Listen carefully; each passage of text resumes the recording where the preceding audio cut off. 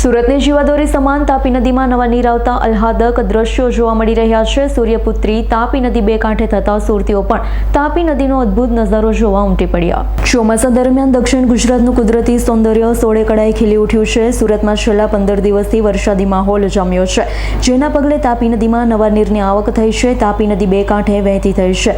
સુરતની જીવાદોરી તાપી નદીના આહલાદક દ્રશ્યો જોવા મળ્યા છે।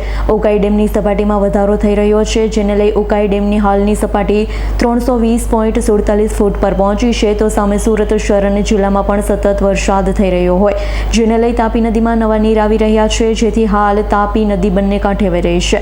શહેરીજનો સૂર્યપુત્રી તાપીનો અદ્ભુત નજારો જોવા ઉમટી પડ્યા તો કોઝવે ખાતે સપાટી 6.57 મીટર પર પહોંચી। કોઝવેની સપાટીમાં ઉપર અને નીચે થઈ રહ્યું છે, જો કે કોઝવે પરથી પાણીનો ધર્મસ્તો પ્રવાહ પસાર થઈ રહ્યો છે। Bureau report S9 news Surat. અમારી તમામ માહિતીથી અપડેટ રહેવા માટે જોડાયેલા રહો S9 ન્યૂઝ સાથે।